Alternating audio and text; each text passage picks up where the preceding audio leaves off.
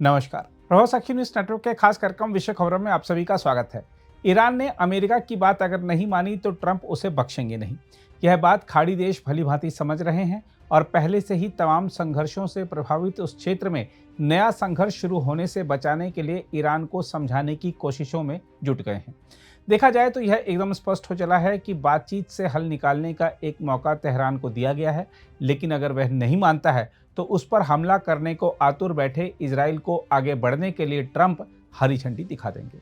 इस स्थिति से ईरान को अवगत कराने और उसे समझाने के लिए खाड़ी देश सक्रिय हो गए हैं। बताया जा रहा है कि सऊदी अरब के रक्षा मंत्री ने पिछले महीने तेहरान में ईरानी अधिकारियों को सीधी चेतावनी देते हुए कहा कि अमेरिकी राष्ट्रपति डोनाल्ड ट्रंप के परमाणु समझौते पर बातचीत के प्रस्ताव को गंभीरता से लें, क्योंकि यह इजराइल के साथ युद्ध के खतरे से बचने का एकमात्र रास्ता है। मीडिया रिपोर्टों के मुताबिक क्षेत्र में और अधिक अस्थिरता की आशंका से चिंतित सऊदी अरब के 89 वर्षीय किंग सलमान बिन अब्दुल अजीज ने अपने बेटे प्रिंस खालिद बिन सलमान को ईरान के सर्वोच्च नेता अयातुल्लाह अली खामेनेई को यह संदेश देने के लिए भेजा था। बताया जा रहा है कि यह बंद कमरे की बैठक 17 अप्रैल को तेहरान के राष्ट्रपति परिसर में आयोजित हुई थी, जिसमें ईरान के राष्ट्रपति मसूद पेजेश्कियान, सशस्त्र बलों के प्रमुख मोहम्मद बघेरी और विदेश मंत्री अब्बास अरागची शामिल थे। हालांकि मीडिया ने 37 वर्षीय प्रिंस खालिद की यात्रा को कवर किया था, लेकिन किंग सलमान का यह गुप्त संदेश अब तक सामने नहीं आया था। हम आपको बता दें कि ट्रंप के पहले कार्यकाल में अमेरिका में सऊदी अरब के राजदूत रह चुके प्रिंस खालिद ने ईरानी अधिकारियों को चेतावनी दी कि डोनाल्ड ट्रंप लंबे समय तक चलने वाली वार्ताओं के लिए धैर्य नहीं रखते। प्रिंस खालिद ने ईरानी अधिकारियों से अपील की कि वे और उनके सहयोगी ऐसा कोई भी कदम न उठाएं जो अमेरिका को उकसा सकते हों, क्योंकि ट्रंप की प्रतिक्रिया उनके पूर्ववर्तियों जो बाइडेन और बराक ओबामा की तुलना में अधिक कठोर हो सकती है। उन्होंने यह भी आश्वासन दिया था कि सऊदी अरब अमेरिका या इजराइल को ईरान के खिलाफ किसी भी संभावित सैन्य कार्रवाई के लिए अपनी जमीन या हवाई क्षेत्र का उपयोग नहीं करने देगा।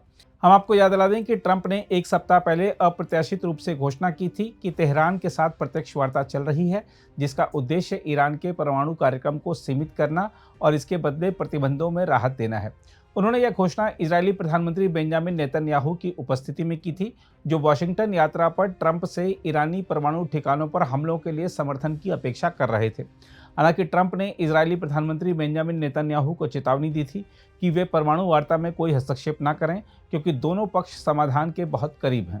बताया जा रहा है कि ईरानी नेताओं के साथ सीधी बातचीत में प्रिंस खालिद ने कहा कि ट्रंप की टीम जल्द ही समझौते की ओर बढ़ना चाहेगी, नहीं तो कूटनीति का रास्ता बंद हो सकता है।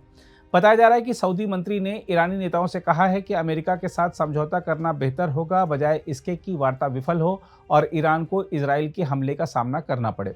उन्होंने तर्क दिया कि गाजा और लेबनान में हालिया संघर्षों से जूझ रहा यह क्षेत्र और अधिक तनाव को सहन नहीं कर सकता। हम आपको बता दें कि क्राउन प्रिंस मोहम्मद बिन सलमान के छोटे भाई प्रिंस खालिद की यह यात्रा 2 दशकों में ईरान की यात्रा करने वाले सऊदी शाही परिवार के किसी वरिष्ठ सदस्य की पहली यात्रा थी। लंबे समय तक दोनों देशों में कड़वाहट रही, लेकिन 2023 में चीन की मध्यस्थता से हुए समझौते ने रिश्तों में सुधार किया। हम आपको बता दें कि ईरान और सऊदी अरब के बीच दशकों से चला आ रहा टकराव पूरे खाड़ी क्षेत्र को अस्थिर करता रहा है और यमन से लेकर सीरिया तक के संघर्षों को हवा देता रहा है। 2023 की सुलह बरकरार है, मगर सऊदी अरब और अन्य क्षेत्रीय शक्तियां ईरान को शांति के लिए भरोसेमंद साझेदार नहीं मानते और उन्हें डर है कि ईरान की कार्रवाइयां उनके आर्थिक विकास के लक्ष्य को खतरे में डाल सकती हैं। दूसरी तरफ यदि ईरान के हालात पर गौर करें तो एक बात साफ प्रतीत होती है कि पिछले 2 वर्षों के दौरान गाजा में हमास और लेबनान में हिजबुल्लाह पर इजराइल के सैन्य हमलों तथा सीरिया में बशर अल असद की सत्ता से बेदखली के चलते ईरान की क्षेत्रीय स्थिति कमजोर हुई है।